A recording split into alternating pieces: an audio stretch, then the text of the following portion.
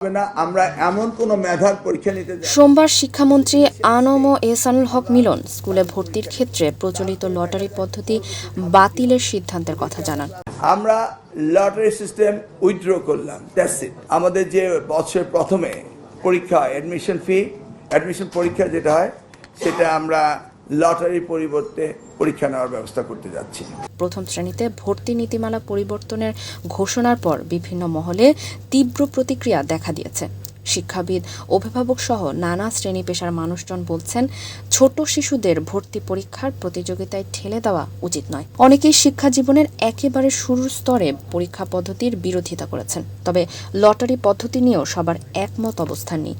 সমালোচকদের আশঙ্কা, লটারি ব্যবস্থা বাতিল হলে প্রথম শ্রেণীতে ভর্তিকে ঘিরে কোচিং নির্ভরতা ও বাণিজ্য আরও বাড়তে পারে, যা শিশুদের উপর অতিরিক্ত মানসিক চাপ সৃষ্টি করবে। কোচিং বাণিজ্য শুরু হওয়ার উদ্বেগ প্রসঙ্গে করা প্রশ্নের জবাবে শিক্ষামন্ত্রী বলেন, কোচিং প্রাইভেট সেটা আপনারা যেটা বলছেন না, সেটা হবে না, সেটা হবে না। আমরা এমন কোনো মেধার পরীক্ষা নিতে যাব না। ইটস ইনিশিয়াল স্টেজ, আমরা তাদের পরীক্ষা নেব, তারপরে দেখা যাক পরবর্তী ধাপে কি হবে। ওদেরকে আমরা ক্লাস 1-এ নিউরো সার্জন বানানোর চেষ্টা করছি না, এটা নিশ্চিত থাকেন। অনেক ক্ষেত্রে ভালো স্কুল হিসেবে পরিচিতি পাওয়া স্কুলগুলোর শিক্ষকদের কেউ কেউ এসব বাণিজ্যে জড়িয়ে পড়ার অনেক উদাহরণ রয়েছে। এ প্রসঙ্গে শিক্ষামন্ত্রী জানিয়েছেন, শিক্ষায় লটারি এটা তো জুয়া খেলা না। Why you think lottery? আপনি রিল্যাক্স করেন, আপনি আরো কমিয়ে দেন, টেস্টগুলি লিবারেল করেন, হোয়াট এভার দ্যাট ইজ, আপনি লটারি।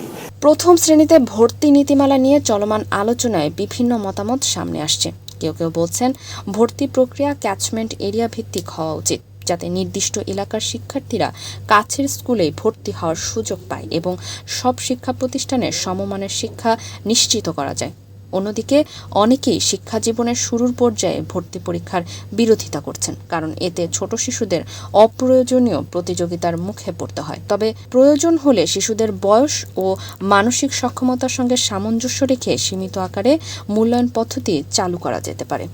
বাংলাদেশে 2010 সালে সরকারি মাধ্যমিক বিদ্যালয়ের সঙ্গে সংযুক্ত প্রাথমিক স্কুলগুলোতে প্রথম শ্রেণীতে লটারির মাধ্যমে ছাত্রছাত্রী ভর্তি করার বিষয়ে সিদ্ধান্ত নেওয়া হয়েছিল। তখনকার সরকার এর পক্ষে যুক্তি দেখিয়ে বলেছিলেন, যে শিশু শিক্ষাজীবন শুরুই করেনি তাকে ভর্তি পরীক্ষায় বসানোর কোনো যুক্তি নেই, বরং উন্মুক্ত লটারির মাধ্যমে ভর্তি করার কারণে এক্ষেত্রে আর প্রভাব খাটানো সম্ভব হবে না। কিন্তু পরে কোভিড মহামারীর সময়ে 2021 শিক্ষাবর্ষে সারা দেশের সরকারি বিদ্যালয়ে প্রথম থেকে নবম শ্রেণী পর্যন্ত ভর্তির জন্য পরীক্ষা না নিয়ে ডিজিটাল লটারি করার সিদ্ধান্ত নেয় সরকার। 2025 সালের ডিসেম্বরে সবশেষ স্কুল ভর্তির যে নীতিমালা সংশোধন করা হয়েছে, সেখানে বলা হয়েছে, জাতীয় শিক্ষানীতি 2010 অনুযায়ী প্রথম শ্রেণীতে শিক্ষার্থীর বয়স ন্যূনতম ধরে ভর্তি নিশ্চিত করতে হবে। তবে কাঙ্ক্ষিত শিক্ষাবর্ষের 1 জানুয়ারি তারিখে শিক্ষার্থীর সর্বনিম্ন বয়স 5 বছর এবং 31 ডিসেম্বর তারিখে সর্বোচ্চ 7 বছর পর্যন্ত হবে। ফারিহা আহমেদ, মানবকণ্ঠ।